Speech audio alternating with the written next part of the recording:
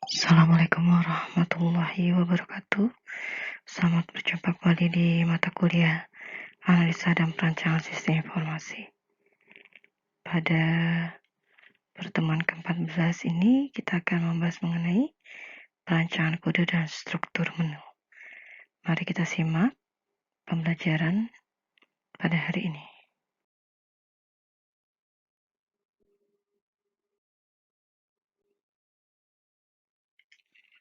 Tujuan pembelajaran adalah mahasiswa memahami teknik dalam membuat rancangan kode yang akan digunakan dalam melakukan desain sistem informasi.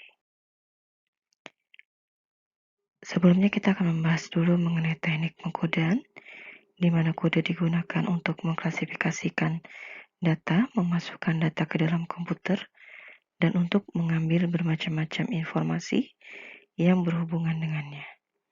Kemudian kode dapat berupa kumpulan angka, huruf, dan karakter khusus. Berikut merupakan petunjuk pembuatan kode, di mana kode ini harus mudah diingat, harus unik, harus fleksibel, harus efisien, harus konsisten, harus distandarisasi, spasi dihindari, hindari karakter yang mirip, dan panjang kode harus sama. Perlu kalian perhatikannya. Kode yang paling mudah mungkin ketika kalian melihat NIM kalian atau NRP kalian, ini semua dibuat dengan kemudahan untuk mengingat. Kemudian antara satu individu dengan individu yang lain tidak ada yang sama. Ya, kemudian fleksibel. Setiap mahasiswa ini akan dibedakan berdasarkan tahun masuk.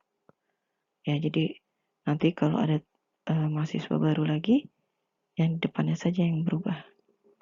Kemudian konsisten, di mana penulisannya ini sama ya. Standarisasi size-nya ini sama, semuanya 10 dan tidak ada spasi, tidak ada karakter yang mirip, dan panjang kodenya sama. Kemudian ada struktur kode.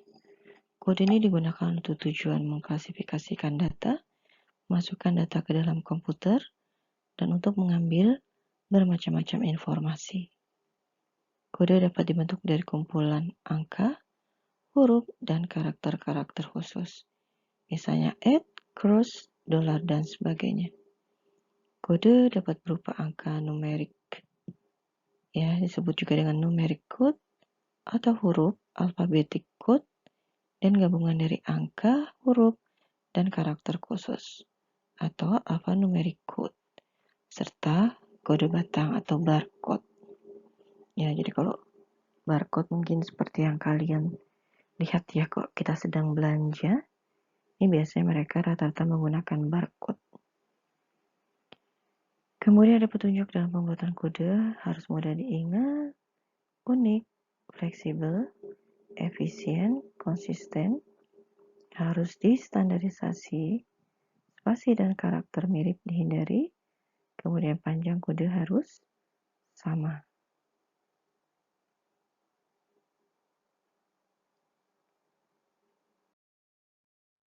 Nah, ini ada tipe dari kode ya. Yang umumnya adalah kode mnemonik, ada kode huruf, ada kode blok, ada kode grup, dan juga ada kode desimal. Nah, kode mnemonik. Kode mnemonik ini adalah pemberian kode dan menggunakan huruf yang berdasarkan dari huruf awal akun. Kode mnemonik ini digunakan untuk tujuan supaya mudah diingat. Kode ini dibuat dengan dasar singkatan atau mengambil sebagian karakter dari item yang akan diwakili oleh kode ini. Contoh ya, misalkan dalam sistem keuangan, kas diberikan kode 1101, utang usaha diberi kode 2101, modal diberi kode 3101, pendapatan diberi kode 4101, beban usaha diberi kode 5101. Ya, ini agar membantu mempermudah ya di dalam menentukan satu pengkodean ini ya di dalam masalah keuangan masuk ke yang mana? Ke kas kah? Ke utang usaha kah? Ke modal, ke pendapatan, atau ke beban usaha? Nah, kemudian ada kode urut ya. Kode urut atau sequential code atau disebut juga kode seri atau serial code. Nah, kode urut ini merupakan kode yang nilainya urut antara satu kode dengan kode berikutnya. Ya, misalkan kas diberi kode 001, kemudian piutang dagang 002, persediaan produk selesai 003, dan persediaan produk dalam proses 004. Jadi kalau kalian perhatikan, ini semua pengkodenya urut ya. K1, piutang dagang 2, persediaan produk selesai 3, persediaan produk dalam proses 4. Ya, ini disebut sebagai kode urut.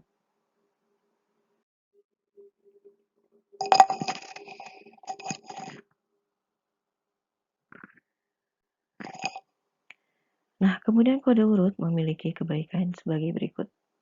Sangat sederhana ya. Karena mudah sekali ya hanya mengurutkan. Mudah diterapkan. Kode ini bisa pendek tetapi unik. Mudah dicari bila kodenya sudah diketahui. Cocok untuk rekaman di file yang menggunakan nomor record relatif. Sehingga nomor record ini dapat sama dengan kodenya.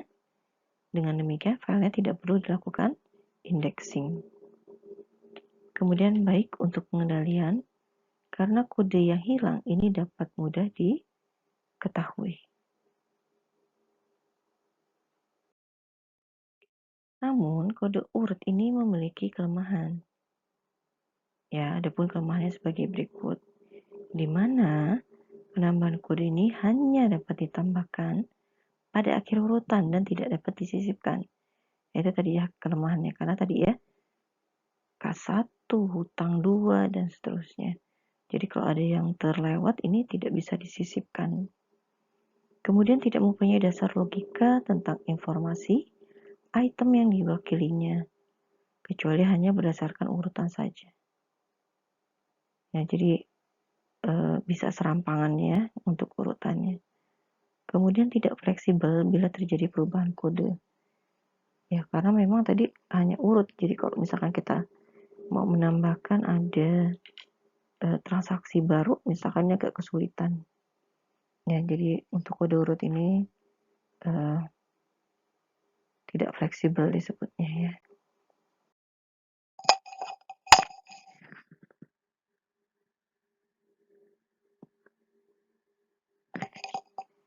Nah, kemudian ada yang namanya kode blok.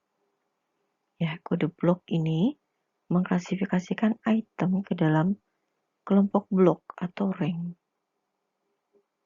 Ya, yang mencerminkan satu klasifikasi tertentu atas dasar pemakaian maksimum yang diharapkan. Ya, contoh blok kelompok misalkan 1000 sampai dengan 1999 ini adalah aktiva lancar. Ya, atau 2000 sampai 2499 ini adalah aktiva lancar. Kemudian 2500 sampai 3000 ini adalah hutang lancar. Ya, jadi kalau kalian lihat ya di sini, ini ada ranknya, ya blok ini. Sehingga kalau kalian lihat ini akan mudah, ya. Misalkan mau disisipkan atau mau ditambahkan, karena dia memiliki interval. Nah, kemudian kode blok ini mempunyai kebaikan, ya. Kebaikannya adalah nilai dari kode ini memiliki arti, yaitu masuk dalam blok yang sudah ditentukan. Ya tadi kalau kalian lihat ya, 1000 sampai 1500 misalkan. Blok A 1500 sampai 2000 blok B. Jadi udah kebayang. Kemudian mudah diperluas. Ya karena sudah ada bloknya, sehingga ketika kita mau menambahkan, ini akan menjadi lebih mudah. Kemudian kode dapat ditambah atau dibuang sebagian. Ya jadi karena dia memiliki rank yang cukup besar ya. Jadi dimungkinkan untuk menambah atau membuang sebagian.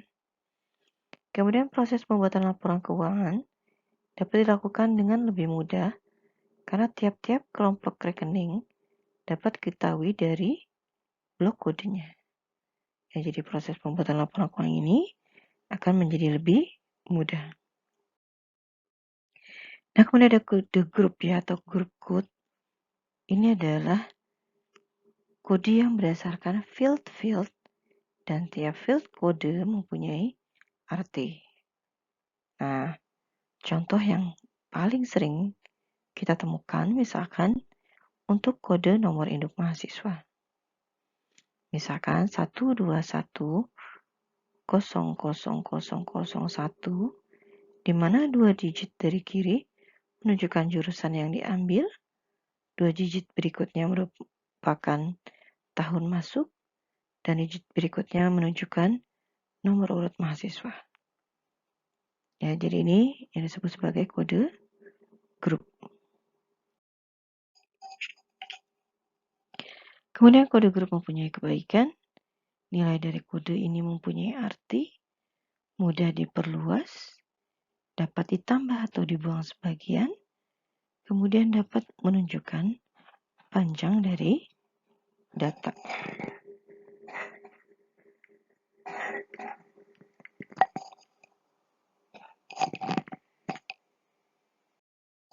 Nah, kemudian ada juga yang namanya kode desimal. Kode desimal ini mengklasifikasikan kode atas dasar 10 unit angka desimal dimulai dari angka 0 sampai dengan angka 9 atau dari 00 sampai dengan 99 tergantung dari banyaknya kelompok. Ya, contohnya 00 misalkan aktiva lancar, 0010 kas, 0020 piutang dagang, 0030 persediaan bahan baku, 0040 biaya dibayar di muka, 01 aktiva tetap, 0110 tanah, 0120 adalah bangunan kantor. Ya, ini kalau kita menggunakan kode angka desimal. Ya, jadi kalau kita lihat ya, ini aktiva lancar ini turunannya ada kas, kemudian ada piutang dagang, ada persediaan bahan baku, dan juga biaya dibayar di muka. Sedangkan untuk aktiva tetap, ini turunannya adalah 0110 tanah, 0120 bangunan kantor. Nah, kemudian ada yang namanya struktur kode. Ya, misalkan di sini ada kode barang. Nah, bentuknya misalkan kita lihat di sini ada 1, 2, 3, 4, 5, 6. Ada 6 elemen data dengan tipe data variabel karakter. Ya, jadi ada karakternya, ada variabelnya. Misalkan 2 digit pertama adalah inisial barang, kemudian digit ketiga adalah merek, dan 3 digit terakhir adalah nomor barang. Ya, jadi bentuk MNS005 ini kita bisa ambil kesimpulan adalah MN adalah barang elektronik, ya inisial barang dari monitor, S adalah merek barang, Sharp 001 adalah nomor urut barang, adalah 5.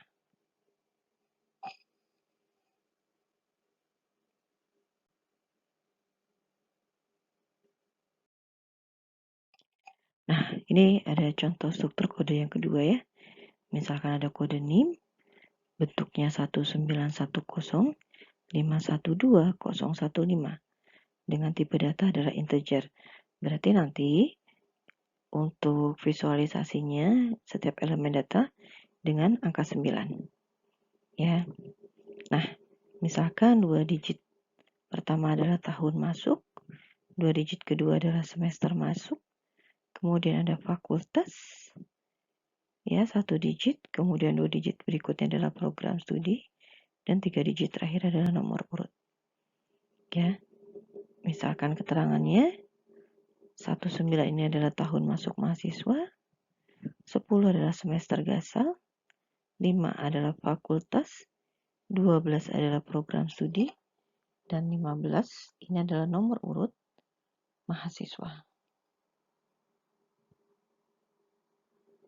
Baik, kita masuk ke materi berikutnya untuk rancangan struktur kode.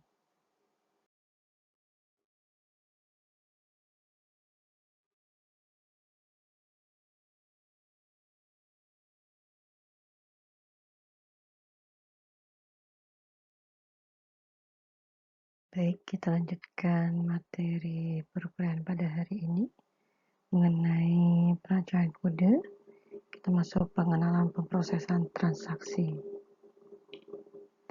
Kalau sebelumnya tadi kita sudah membahas mengenai model-model rancangan kode, kita akan lihat gambar umum dari pemrosesan transaksi.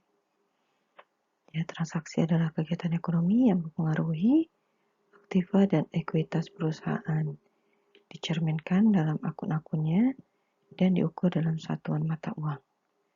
Transaksi terdiri dari transaksi eksternal dan transaksi internal. Klasifikasi transaksi. Kompleksnya tingkat arus transaksi dalam suatu perusahaan memerlukan kemudahan, di mana transaksi diklasifikasikan ke dalam beberapa siklus transaksi. Siklus transaksi ini mengelompokkan satu atau lebih transaksi yang mempunyai kesamaan tujuan. Siklus transaksi untuk perusahaan dengan perusahaan lain akan memiliki perbedaan. Di sini diberi contoh siklus transaksi perusahaan dagang dan juga perusahaan manufaktur. Dari pengklasifikasian tersebut, nantinya dapat dengan mudah dibuat suatu bagan rekening. Ya, misalkan di sini ada manufaktur, di sini ada trading, di mana manufakturnya ada pendapatan, pengeluaran, produksi, dan juga keuangan. Di trading ada pendapatan, pengeluaran, manajemen SDM, dan juga laporan keuangan. Nah, ini adalah contoh dari siklus transaksi, di mana siklus transaksi itu terdiri dari siklus pendapatan, ada siklus pengeluaran, ada siklus produksi, dan juga ada siklus keuangan. Nah, definisi dari siklus, ya, di sini dibagi menjadi siklus pendapatan, siklus pengeluaran, siklus produksi, dan juga siklus keuangan. Siklus pendapatan adalah siklus yang berhubungan dengan distribusi barang dan jasa ke konsumen. Sedangkan siklus pengeluaran adalah siklus yang berhubungan dengan perolehan barang dan jasa untuk proses produksi. Siklus produksi adalah siklus yang berhubungan dengan proses produksi. Sedangkan siklus keuangan adalah siklus yang berkaitan dengan manajemen perolehan dana untuk perusahaan. Komponen-komponen dari sistem pemrosesan transaksi ada input, ada proses, ada storing, dan ada output. Ya, jadi input, proses, storing, dan output. Nah, ini yang umum digunakan pada tahap pemrosesan transaksi.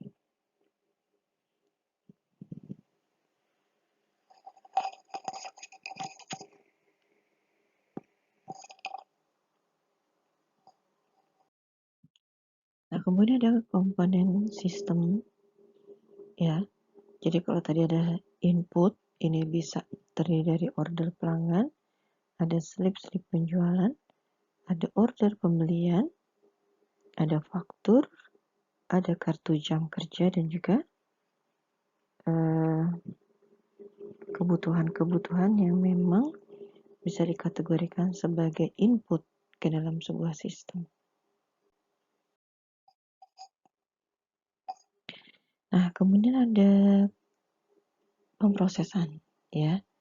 Kalau dalam sistem transaksi, pemrosesan ini bisa berupa jurnal umum, jurnal khusus, ya. Jurnal khusus ini bagi menjadi ada jurnal pembelian, ada jurnal penjualan, ada jurnal penerimaan kas, ada jurnal pengeluaran kas.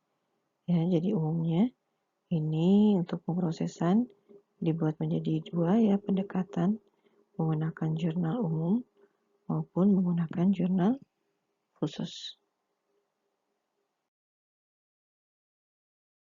Baik, ini kalau kita lihat ya, di sini ada jurnal penjualan, ini digunakan untuk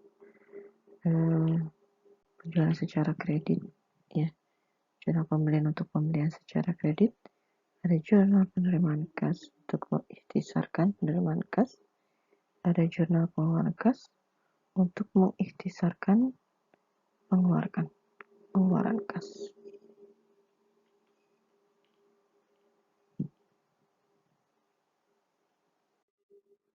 Kemudian kita masuk ke storing ya.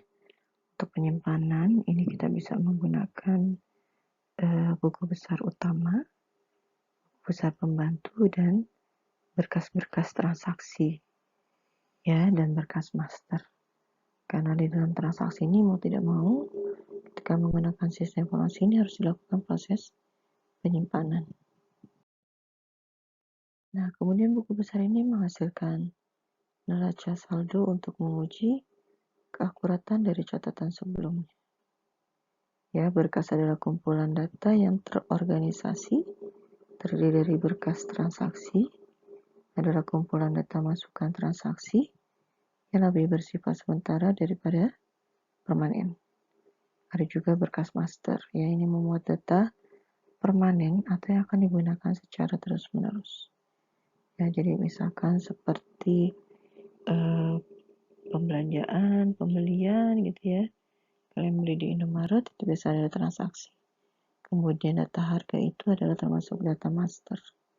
Ya, jadi data yang bisa digunakan secara terus-menerus walaupun misalkan nanti ada update harga tapi kan nggak setiap hari kan gitu ya.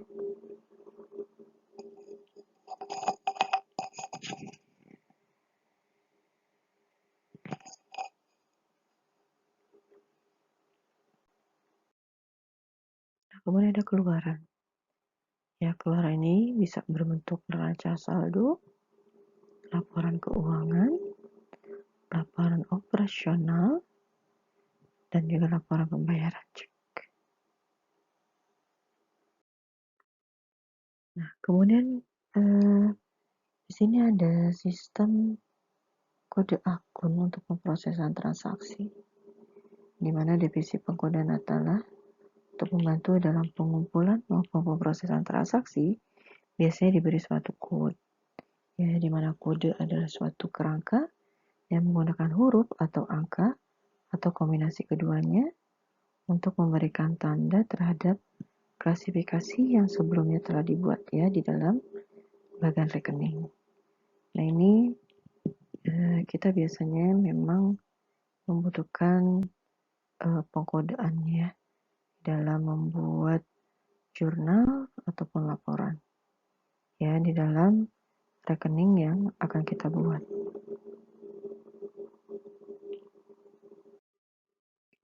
Nah, kemudian di sini ada tujuan pengkodaan.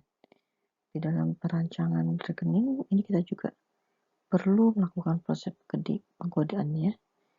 Nah, fungsinya apa? Untuk mengidentifikasi data akuntansi secara unik. Kemudian untuk meringkas data, kemudian untuk mengklasifikasikan rekening atau transaksi, dan juga bisa menyampaikan makna tertentu. Ya, jadi ini adalah tujuan dari pengkodaan yang kita lakukan. Kita bayangkan ya, ketika transaksi keuangan, kemudian tidak ada proses perancangan kode, maka ini akan menjadi sebuah permasalahan besar. Ya, seperti itu. Nah, dengan adanya pengkodaan, ini kita bisa melakukan identifikasi data akuntansi secara lebih mudah ya, klasifikasian, peringkasan, sampai kita bisa menyampaikan makna tertentu ya dari rancangan kode yang kita buat. Nah, kemudian kalau kita lihat ya ada sistem pengkodaan. Nah, Nah, kode ini bisa kode angka atau huruf urutan. Ya, dalam metode ini tiap rekening diberi kode angka atau huruf secara berurutan. Ya, seperti yang tadi disampaikan bahwa kita bisa membuat kode angka atau kode urut. Ya, cuma memiliki kelebihan dan kekurangan. Ya, kelebihannya mudah, kekurangannya sulit untuk dilakukan perubahan. Kemudian ada kode angka blok. Ya, nah kode angka blok ini dalam pemberian kode ini, rekening ini dikelompokkan menjadi beberapa golongan. Dan tiap golongan disediakan satu blok angka yang berurutan untuk memberi kodenya. Ya mungkin kalau kalian yang sering bertransaksi secara langsung di teller gitu ya, setiap kita melakukan transaksi mau setor tunai, ya mau tarik, mau transfer, ini biasanya dia punya rancangan kode yang berbeda-beda. Ya, jadi selain ada para petugasnya, nah ini juga biasanya akan ada pengkodaan ya, sehingga akan membantu kita melihat. Nah, biasanya dalam buku rekening itu di halaman belakang diinformasikan ya, ini transaksi nomor sekian, ini penarikan, transaksi nomor sekian, menabung gitu ya. Kemudian ada biaya administrasi dan lain sebagainya. Jadi ketika kita mau lihat ini transaksi apa, itu sudah ada keterangannya ya, menggunakan kode blok biasanya.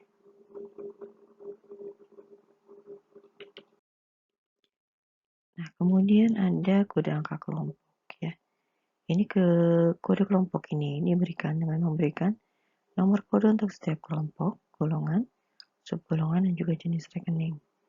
Sedangkan kalau kode mnemonik ini pemberian kode dengan menggunakan huruf yang disingkat mendekati bentuk aslinya.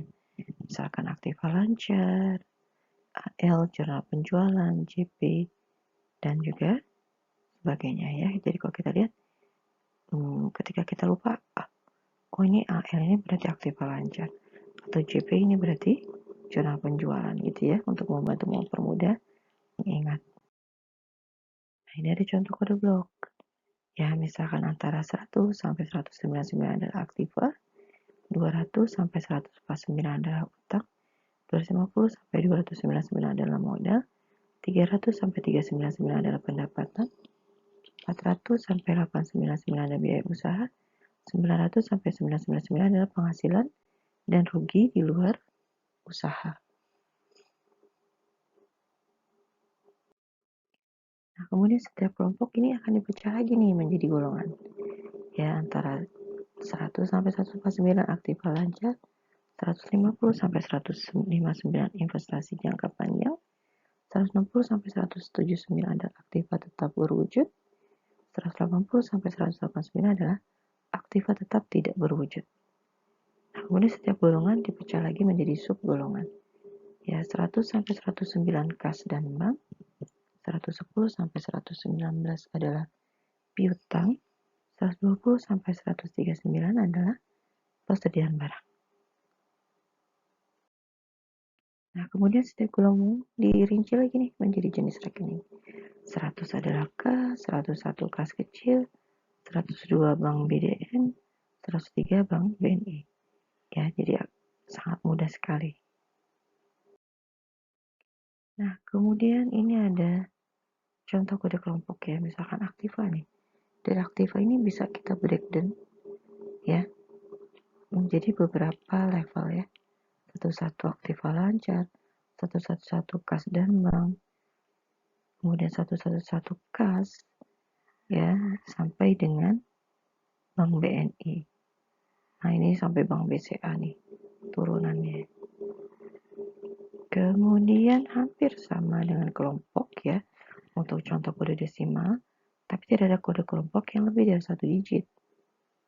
Ya, misalkan 1111111 ini tidak bisa dipakai dalam kode desimal. Kemudian hal yang perlu dipertimbangkan di dalam pemberian kode, ya setiap kode harus mewakili secara unik unsur yang diberi kode. Desain kode harus mudah disesuaikan dengan tuntutan perubahan. Nah, kemudian ada perancangan formulir-formulir. Ya, jadi untuk melakukan pemrosesan transaksi, ini harus melakukan pengumpulan data transaksi. Kemudian tidak bisa dipisahkan dari desain suatu formulir, karena formulir ini adalah gambaran atau rekaman dari suatu transaksi. Kegiatan yang berhubungan dengan penggunaan formulir ini biasa disebut sebagai record management. Nah, tujuan pengadaan formulir ini untuk apa sih? Yang pertama untuk menangkap data, membantu pengkomunikasian dan otorisasi data, menstandarisasi operasi, menyediakan berkas permanen untuk analisis masa datang jika dokumen-dokumen ini dilakukan proses pemeliharaan. Kemudian pertimbangan dalam merancang formulir ya.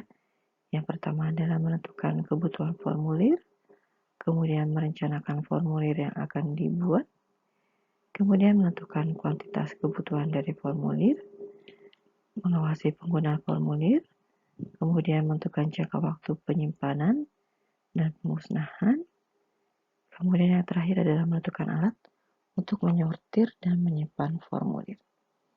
Ya, jadi kalau kita lihat ya di dalam implementasi rancangan kode, misalkan di bagian akuntansi, ini terlihat sekali ya pemanfaatan dan penggunaan rancangan kode ya untuk membantu mampu telusur, kemudahan mengingat.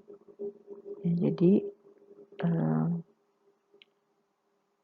itulah kenapa gitu ya kita harus melakukan perancangan kode di dalam kita merancang kebutuhan sebuah sistem informasi.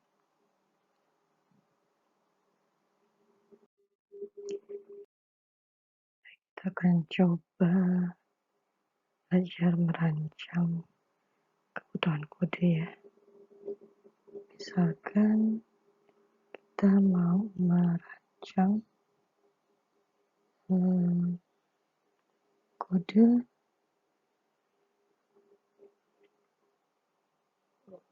siswa. Ya. Jadi kalau di sini mungkin kita bisa membuat sesuatu hal yang mudah ya. Kita bagi kategorinya menjadi tahun masuk.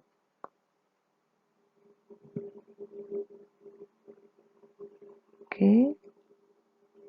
Kemudian kita masukkan dalam semester. Dia masuk menjadi siswa baru di semester berapa. Kemudian kalau kode siswa itu dalam satu angkatan ini paling banyak 999-nya. Berarti ini kita bisa buat langsung nomor urut.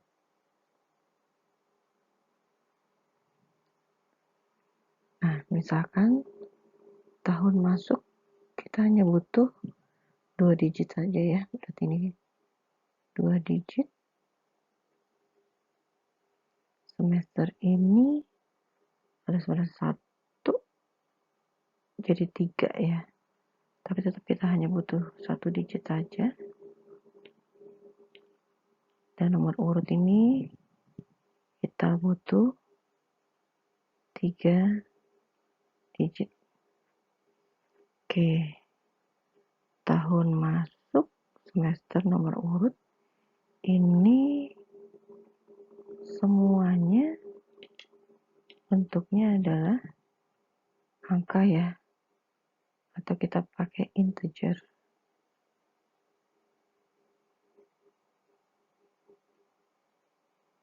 Nah, sehingga kita bisa merancang ini totalnya ada 6 digit.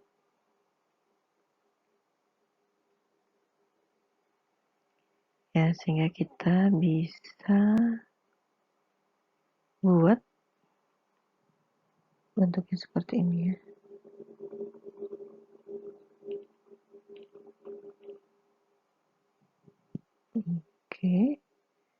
karena integer sehingga dia bentuknya 9, 9, 9, 9, 9, dan 9. Ya, di mana 2 digit ini adalah tahun masuk, kemudian 1 digit ini adalah semester, dan 3 digit terakhir ini adalah nomor urut. Ya, jadi misalkan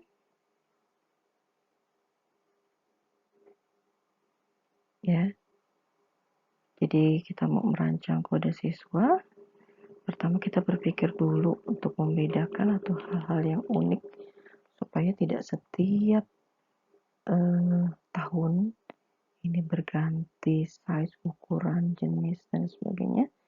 Jadi kita harus menentukan ya untuk membedakan untuk siswa yang lama dengan yang baru ya, ini berarti berdasarkan tahun masuk saja. Nah, karena sekarang tahun 2000, kita cukup mengambil 2 digit terakhir saja. Kemudian semester ini hanya ada semester 1, 2, 3 ya.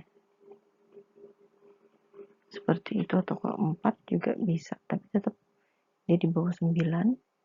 Jadi kita hanya butuh 1 digit saja.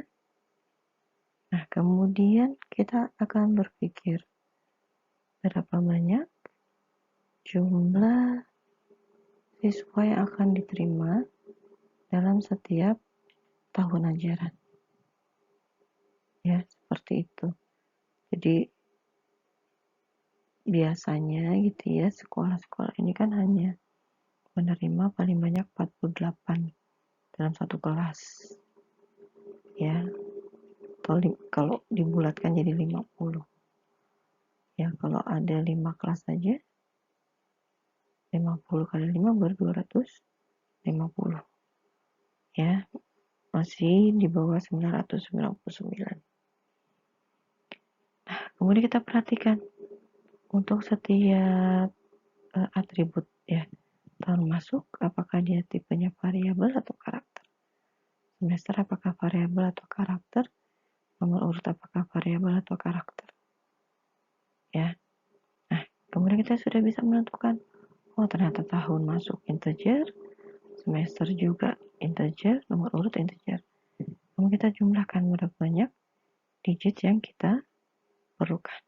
Ya, ternyata di sini jumlahnya adalah 6 digit. Nah, kemudian kita buat rancang kotaknya seperti ini misalkan. Ya, jadi ada 6 kotak, karena semuanya integer, jadi bentuknya seperti ini. Nah, kemudian kita bisa uji coba ya. Jadi misalkan ada kode siswa 22 1 0 0 1. Ya, ini otomatis kita sudah mudah menentukan. Ya, ini adalah tahun masuk, ini adalah semester, dan ini adalah nomor urut. Ya, jadi siswa dengan nomor induk atau nomor urut 22 1001 ini adalah siswa yang masuk di tahun 2002, masuk di semester 1 dengan nomor urut 001. Oke, selanjutnya kita akan mencoba merancang sebuah kode ya untuk misalkan kode barang. Ya. Misalkan di sini kita membuat kode barang. Oke. Misalkan kita mau membuat kode barang elektronik. misalkan gitu ya. Biasanya kode barang elektronik itu terdiri dari ada merek,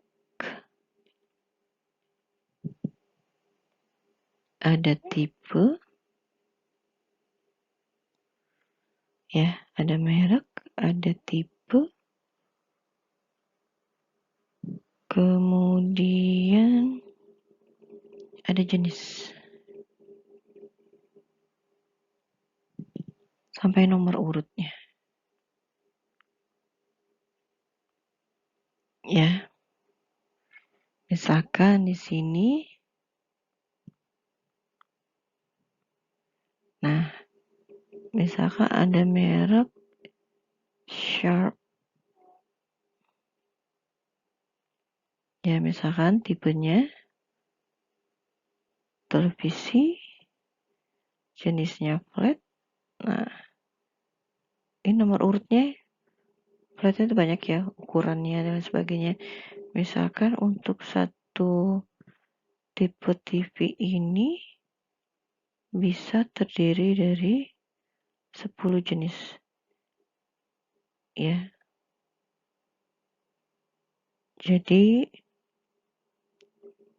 ini merek kalau kita jual mungkin bisa ada lebih dari 10 ya, berarti kita butuh 2 digit. Nah, tipe ini juga ada televisi, kulkas dan sebagainya, mungkin kita tambah 2 digit. Jenisnya juga kita tambah 2 digit. Iya. Dan nomor urut ini 2 digit saja. Ya. Oke. Berarti kita butuh secara keseluruhan adalah 8 digit. Oke. Kalau merek mau kita pakai singkatan juga boleh. Nomor urut juga boleh. Tapi kalau untuk membantu mudah kita bisa menggunakan karakter. Ya, jadi sub misalkan SH. Ya. Kemudian tipe boleh TV, kulkas misalkan. Ya, dan lain sebagainya boleh seperti ini. Nah, jenis bisa juga pakai seperti ini. Nah, nomor urut ini kita bisa menggunakan angka. Ya. Jadi mungkin nanti kita akan punya 8 digit.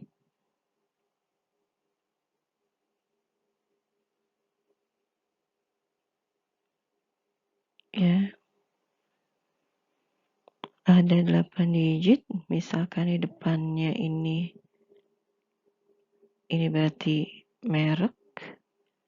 Kemudian di sini tipe. Kemudian jenisnya apa? Ya, kemudian nomor urutnya. Oh, ini berarti ada merek Sharp. Ya. Kemudian tipenya adalah televisi. Jenisnya flat. Ya, ini flat misalkan ukuran yang pertama yang paling kecil gitu ya. Ukuran 8 inch misalkan. Ya, nanti ada 10, 12, 16, 18 dan seterusnya misalkan seperti itu. Ya, jadi kita bisa membuat banyak ragam ya untuk rancangan kode karena masing-masing ini bisa disesuaikan dengan kebutuhan bebas, tapi yang penting harus diingat prinsip dari perancangan kode ya, mudah, gampang diingat, kemudian fleksibel ya, jadi ketika ada perubahan atau penambahan ini tidak terlalu banyak merubah secara keseluruhan ya, sedikit signifikan gitu ya, semuanya dirubah ya, seperti itu. Jadi mungkin ketika kalian merancang ini akan banyak ya, sama seperti kode pos itu ya. Jadi kita punya 33 provinsi.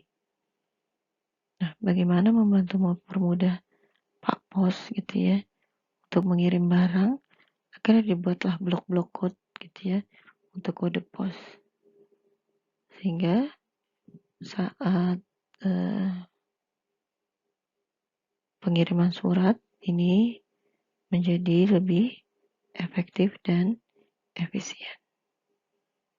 Ya, kemudian juga seperti kita membeli tiket pesawat, tiket kereta, ya, barang-barang ini semua sudah dibuat code ya.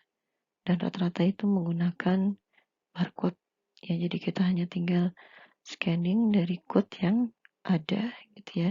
Kemudian akan muncul tujuannya kemana, tanggal berapanya, kapan. Dan bahkan sekarang di rumah-rumah makan ini sudah tidak menggunakan menu tradisional ya, tapi harus di scan pakai barcode, kemudian baru muncul menu-menunya.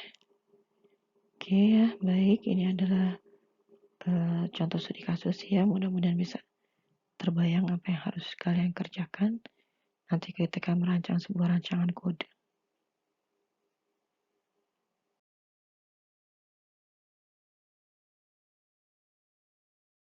Oke, baik ya, mungkin apa yang telah disampaikan ini bisa membuka wawasan, ya membuka pengetahuan, menambah kemampuan kalian di dalam melakukan analisis dan perancangan sistem, terutama sekali di dalam melakukan perancangan kode yang akan digunakan di dalam mendesain sebuah aplikasi sistem informasi. Baik, perkuliahan pada hari ini saya akhiri. Terima kasih atas atensinya. Mohon maaf atas kesalahan yang baik disengaja maupun tidak. Wassalamualaikum warahmatullahi wabarakatuh.